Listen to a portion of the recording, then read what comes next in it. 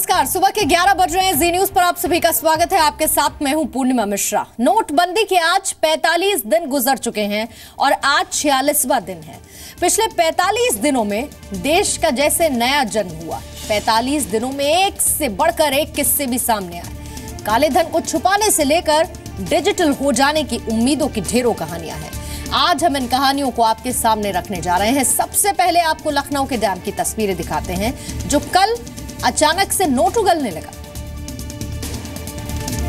लखनऊ के कुकरेल डैम ने 23 दिसंबर को पुराने नोट उगलने शुरू किए तो लोगों में हड़कंप मच गया। ये नोट बड़ी तादाद में हैं और इन्हें फेंकने से पहले फाड़ा गया है। पुलिस तो काफी देर बाद आई है, जब सब निकल गए 25-30 लाख रुपए होंगे। हालांकि अभी तक इस बात का पता नहीं चल पाया है कि इन नोटों को किसने बहाया, लेकिन इन नोटों को निकालने के लिए लोग नाले में उतर गए और इसे इकट्ठा करने लगे। पुलिस पूरे मामले की पड़ताल में जुट गई है। और अब आइए आपको नकली नोटों को असली करने वाला एक गिरोह, जिसकी असलियत दिखाते हैं। गिरोह नासिक पुलिस की गिरफ्त में है। महाराष्ट्र के नासिक में नकली नोटों को असली करने के खेल में शामिल एक गिरोह का पर्दाफाश हुआ है। नासिक की अड़गांव पुलिस ने 1 करोड़ 80 लाख के नकली नोट बरामद किए हैं। ये नकली नोट 1000 और 500 के पुराने नोट जैसे हैं। पुलिस की जांच में ये बात सामने आई है कि ये लोगों को नकली नोट देते थे और उनसे 2000 रुपए के नए नोट लेते थे। मसलन किसी को 1 करोड़ के नकली नोट थमाए गए और उससे 60-70 लाख के 2000 और 500 के नए नोट ले लिए गए। पुलिस ने इस सिलसिले में 11 लोगों को हिरासत में लिया है। नोटबंदी के बाद भ्रष्टाचार के कई मामले उजागर हुए। दिल्ली के 3 बड़े ज्वेलर्स भी आयकर के शिकंजे में आए। आयकर विभाग ने दिल्ली के 3 बड़े ज्वेलर्स के 12 से ज्यादा ठिकानों पर छापे मारे हैं। आरोप है कि नोटबंदी के बाद एनसी ज्वेलर, मासन और जेके ज्वेलर्स ने तकरीबन 250 करोड़ का सोना बेचा। इन ज्वेलर्स की ओर से 74 करोड़ की रकम दिल्ली के चांदनी चौक के एक्सिस बैंक के खाते में डाली गई। सूत्रों के मुताबिक ये खाता इन ज्वेलर्स ने नहीं खोला। अब जांच की जा रही है कि किसने फर्जी कंपनी बनाकर वो खाते खोले जिसमें 74 करोड़ की रकम डाली गई। उन्होंने प्रॉपर केवाईसी ली है, प्रॉपर जो है अपने जो लॉ हैं इनके इनकम टैक्स के, उसके हिसाब से माल बेचा है। लेकिन फिर भी यहाँ पर ये इंक्वायरी कर रहे हैं, हम इनका पूरा सहयोग कर रहे हैं। इसी बीच दिल्ली में कोटक महिंद्रा बैंक की एक ब्रांच में भी 32 करोड़ रुपए जमा करने का मामला संदेह के घेरे में आया। आईटी मामले की जांच कर रहा है। करेंसी क्रांति के गद्दारों की खोज में लगे आयकर विभाग ने 23 दिसंबर को दिल्ली के कोटक महिंद्रा बैंक की एक ब्रांच पर छापा मारा। केजी मार्ग की शाखा में 8 फर्जी खातों में 32 करोड़ रुपए जमा किए जाने का आरोप है। आरोपों के मुताबिक ये 8 फर्जी खाते 2 लोगों के नाम पर खोले गए थे। इसी बीच कोटक महिंद्रा बैंक के मुताबिक आयकर विभाग की टीम आई थी। 2 लोगों के खातों को सर्च किया गया था, लेकिन ये खाते फर्जी नहीं है। आज लाखों बैंक वाले देवदूत बने हुए हैं, लेकिन कुछ बैंक वाले सवालों के घेरे में भी हैं। यूपी के मुरादाबाद में 3 बैंक वालों पर ग्राहक से बदसलूकी का केस दर्ज हुआ। उत्तर प्रदेश के मुरादाबाद में ग्राहकों के साथ बदतमीजी के आरोप पर कैशियर समेत एक बैंक के 3 कर्मचारियों पर केस दर्ज हुआ। आरोप है कि कुंदरकी इलाके में एक ग्राहक के ऊपर चेक फेंके गए। शिकायतकर्ता इख्तियार अहमद के मुताबिक वो मंगलवार को भारतीय स्टेट बैंक में चेक के भुगतान के लिए गया था। उसने चेक कैश काउंटर पर जमा कर दिया था, लेकिन शाम 7:30 बजे तक भुगतान नहीं दिया गया। इस दौरान कैशियर राजेंद्र सिंह दूसरे लोगों को भुगतान देता रहा। आरोपों के मुताबिक जब इख्तियार ने इसका विरोध किया तो उसे धक्के मारकर बैंक से बाहर किया गया। नोटबंदी के बाद आयकर विभाग काफी व्यस्त हो चुका है। आयकर विभाग ने 21 दिसंबर तक ही 3500 करोड़ से ज्यादा की अघोषित कमाई को पकड़ा।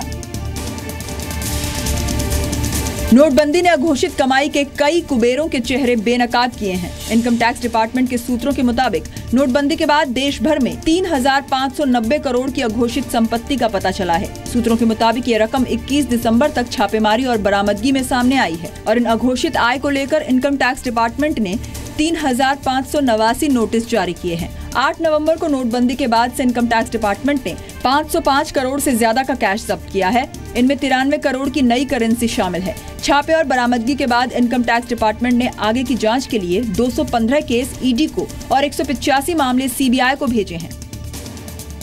इस नोटबंदी ने राजनीति के भी कई रंग दिखाए। प्रधानमंत्री मोदी का विरोध कर रहे राहुल गांधी आजकल जनसभाओं में शायरियां पढ़ रहे हैं। नोटबंदी के बाद सरकार का जोरदार विरोध कर रहे कांग्रेस उपाध्यक्ष राहुल गांधी शायराना हो गए हैं। उन्होंने शुक्रवार को अल्मोड़ा में शायर बशीर बद्र का शेर पढ़ा। लोग टूट जाते हैं एक घर बनाने में, तुम तरस नहीं खाते गृहस्थियां चलाने में। इससे पहले गुरुवार को राहुल ने बहराइच में मिर्जा गालिब का शेर पढ़ा था। हर एक बात में कहते हो कि तू क्या है। तुम ही कहो कि ये अंदाजे गुफ्तगू क्या है। यही नहीं, राहुल को शुक्रवार को तो अमिताभ की फिल्म का एक गाना भी याद आ गया। आपको तो लगता है बस यही सपना, राम राम जपना, गरीब का माल अपना। नोटबंदी के बाद पीएम मोदी का भी ऐसा ही रूप सामने आया जो उनके पूरे सियासी करियर में सबसे अनोखा है। नोटबंदी के फैसले पर पीएम जनता के सामने कई बार भावुक हुए। पहली बार कहा उनकी जान को खतरा। 70 साल का उनका मैं लूट रहा हूं, मुझे जिंदा नहीं छोड़ेंगे, मुझे बर्बाद करके रहेंगे। नोटबंदी के फैसले के बाद पीएम मोदी ने पूरे राजनीतिक करियर में पहली बार अपनी जान पर खतरे का अंदेशा जताया। देश के पीएम को उनके एक फैसले के लिए कई बार भावुक होते देखा गया। मैंने घर, परिवार, सब कुछ देश के लिए छोड़ा है। तो ये तो राजनीति की बात हुई। अब नोटबंदी में आम लोगों की कहानियां हम आपको दिखाते हैं। आप देखिए अहमदाबाद में कैसे एक ऑटो वाला डिजिटल मुहिम चला रहा है। ये है अहमदाबाद का राजू ऑटो वाला। नोटबंदी हुई तो अब कैशलेस इकोनॉमी का सिपाही बन गया है। राजू को एसबीआई से एक स्वाइप मशीन जारी हुई है। भाड़ा 15 रुपए हो या 150 रुपए, वो कार्ड से ही पेमेंट लेता है। हाँ, ये एसबीआई की ओर से हमें ये दी गई फैसिलिटी है। उससे कोई भी कस्टमर को अभी उसका किराया या भुगतान करना हो तो इस फैसिलिटी का वो उपयोग कर सकता है। राजू ने अपने रिक्शे पर गुजराती में लिख भी रखा है, सिर्फ डेबिट और क्रेडिट कार्ड से पेमेंट लिया जाएगा। तो ये राजू भाई के हिसाब से हम लोग के पास क्या छूटा पैसा है नहीं है, तो इसके हिसाब से उन्होंने जो फैसिलिटी अख्तियार की है, जो कार्ड डेबिट कार्ड स्वाइप करते हैं उसके हिसाब से हम लोगों को फेयर देने में भी दिक्कत नहीं होती है। कैशलेस होना वक्त की जरूरत है। लोग कैशलेस हो भी रहे हैं। थोड़ी बहुत दिक्कतों के बीच वाराणसी में क्रिसमस का बाजार डिजिटल पेमेंट की तरफ बढ़ा। नोटबंदी के माहौल में सांता क्लॉज भी अब डिजिटल युग में आ गए हैं। वाराणसी के क्रिसमस बाजार में दुकानदारों ने स्वाइप मशीन या दूसरे डिजिटल मोड से पैसे लेने शुरू कर दिए हैं। हालांकि अभी लोगों को थोड़ी दिक्कतें आ रही हैं। से थोड़ा कम हो गया है, कुछ भी सामान हो तो सोचना पड़ता है। क्रेडिट कार्ड या डेबिट कार्ड से पेमेंट हो रही है। इस बार हमारे सेंटा भी लगता है गिफ्ट्स कम बांट पाएंगे बच्चों को, तो पर ठीक है, आज हम अपने देश और हमारे प्रधानमंत्री जी के साथ हैं। वैसे तो अब डिजिटल पेमेंट वाले गांव के कई उदाहरण भी सामने आने लगे हैं, लेकिन रास्ता दिखाया महाराष्ट्र के दसाई गांव ने। जी मीडिया ने सबसे पहले दसाई की स्टोरी दिखाई थी। इस गांव में वड़ा पाव से लेकर पानी की बोतल और फल सब्जी से लेकर चॉकलेट तक सब कुछ क्रेडिट या डेबिट कार्ड से मिलता है। 15,000 की आबादी वाले इस गांव में खरीदारी 1 रुपए की हो या 1,000 रुपए की, आपको कैश की कोई दिक्कत नहीं मिलेगी। मुंबई से 70 किलोमीटर दूर ठाणे जिले का धसई गांव पूरी तरह से कैशलेस हो चुका है। अच्छे, आप किसी को नहीं आता है तो डेबिट कार्ड दे के वो सामान लेते हैं और डेबिट कार्ड लेके उस पैसे वो ले लेते हैं ना। बैंक की तरफ से धसई के ज्यादातर व्यापारियों को कार्ड स्वाइपिंग मशीनें बांटी गई है। सभी व्यापारियों के करंट अकाउंट्स खोले गए हैं। बैंक की मदद से यहाँ के लोगों के लिए जनधन अकाउंट खोले जा रहे हैं। लोगों को डेबिट और क्रेडिट कार्ड की सुविधा दी जा रही है। नतीजा ये है कि लोग छोटी से छोटी चीज भी अब कार्ड से खरीद रहे हैं।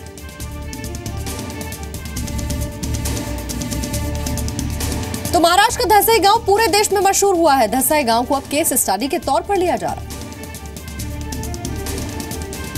महाराष्ट्र में ठाणे का ढसई गांव अब कैशलेस मुहिम की प्रयोगशाला बनता जा रहा है। इस गांव की कहानी जी मीडिया पर देखने के बाद ये गांव न सिर्फ आसपास के गांव की प्रेरणा बन गया है, बल्कि कुछ मैनेजमेंट के छात्र भी कैशलेस अभियान की केस स्टडी को समझाने वहां पहुंचे। अच्छे से ग्लोबलाइजेशन में आ रही हूँ, मतलब जो नेटवर्किंग आ रहा है और गांव में जो सुधार हो रहा है, इससे मैं बहुत खुश हूँ। और कैशलेस गांव हो रहा है तो और भी ज्यादा खुश हो रही हूँ। दूर दराज से यहाँ आ रहे लोग ये जरूर जानना चाह रहे हैं कि किसान कैसे अपना काम चलाते हैं। तो धसई गांव की तरह अब देश के कई गांव कैशलेस हो रहे हैं। महाराष्ट्र के मलड़ गांव में अब डिजिटल पेमेंट को लेकर जागरूकता फैल गई है। कैशलेस सोसाइटी बनाना मुमकिन है, इसका शानदार उदाहरण बना है महाराष्ट्र के सांगली का मलड़ गांव। स्थानीय प्रशासन ने वहां पिछले कुछ दिनों में जन जागृति कार्यक्रम, नागरिकों के लिए डिजिटल आर्थिक संवाद, स्कूलों में स्पेशल क्लास, बाजारों में व्यापारियों के लिए कैंप जैसे कार्यक्रम किए। 4-5 बार मिलकर सब लोगों को ये समझाया कि ये यूज करना बहुत आसान है, इजी है और ये हो सकता है। खाली सॉफ्टवेयर के नाम से डरो मत, ये कैशलेस करना ये समय की ज़रूरत है। नतीजा ये कि मलण गांव सांगली का पहला कैशलेस गांव बन गया है। मोबाइल ऐप से और स्क्रैप कार्ड से कैशलेस व्यवहार करते हैं, बहुत आसान हो गया है। टाइम बच रहा है और बैंक में जाना नहीं पड़ता, यहाँ बैठ के सब हो जाता है।